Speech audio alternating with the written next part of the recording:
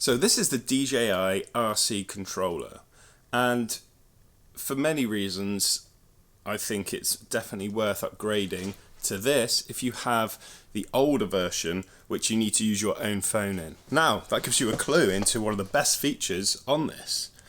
You don't need to attach your phone. So the main problem when using the RC N1 controller, which is the controller below this one, it doesn't include a screen, so you have to attach your phone. So your iPhone, Android, it's compatible with both. But the issue is, if you receive phone calls or texts or emails, it can be quite distracting when you're trying to fly your drone. So this alleviates that problem, and that's the main reason I really like this. Also, it's very bright.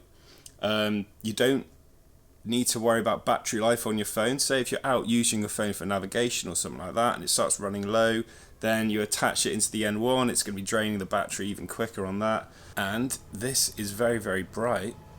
And again, because you're not using this screen of the controller for any other functions, you're not going to get anything slowing it down. Like with your phone, you could, if you've got apps or background processes running, that can really slow down the performance and actually put your drone at risk if it's flying up in the air and you get any sort of glitches or crashes.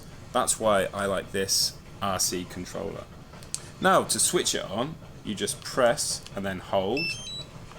You get that notification that it's on.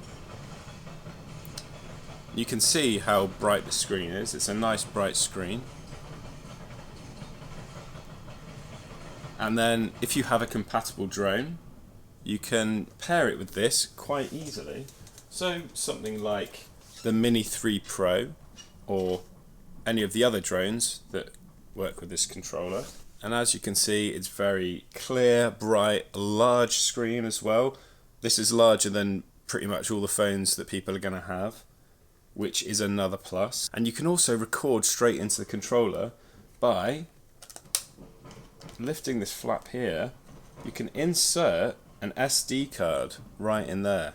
So a micro SD card, so you can record straight into the controller, so you've got a backup there of anything you're filming.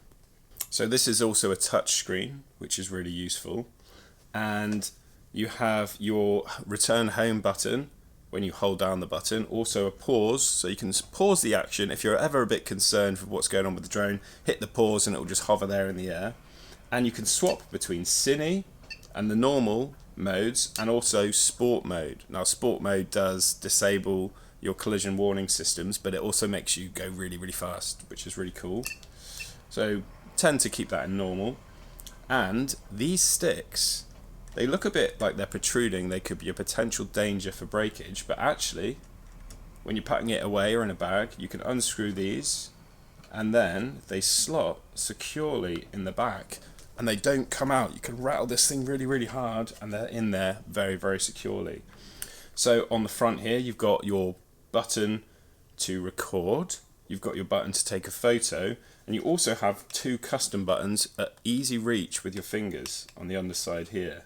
Also, there's a couple of screw holes here and here for different mounting options. So I tend to like to attach a lanyard here so I can have it around my neck, just so if I ever need hands-free for anything, I can drop it down and I can do what I need to with my hands, say fixing the drone or laying down a mat on the floor to launch the drone from. This is just an easy way to let it go and it just dangles around your neck. Also, these can be used for some mounting systems, so if you want to mount it to a vehicle so that you can be hands-free again. This is a really grippy surface and the whole unit is very, very light.